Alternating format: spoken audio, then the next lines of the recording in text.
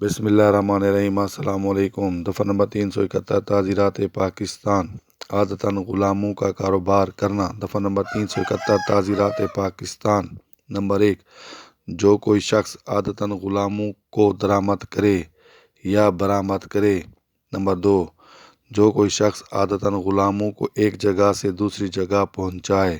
Number 3، جو کوئی شخص عادتاً غلاموں کو خریدے یا بیچے۔ نمبر 4، جو کوئی شخص عادتاً غلاموں کی تجارت کرے یا ان کا کاروبار کرے، اسے عمر قید کی سزا یا اسے اتنی مدت کے لیے سزائے قید دی جائے گی جو زیادہ سے زیادہ 10 سال تک ہو سکتی ہے، یا جرمانے کا مستوجب ہوگا۔ مستوجب کے معنی کسی بات کا سزاوار درآمد کرنا کے معنی اپنے ملک میں لے آنا، برآمد کرنا کے معنی باہر ملک بھیجنا۔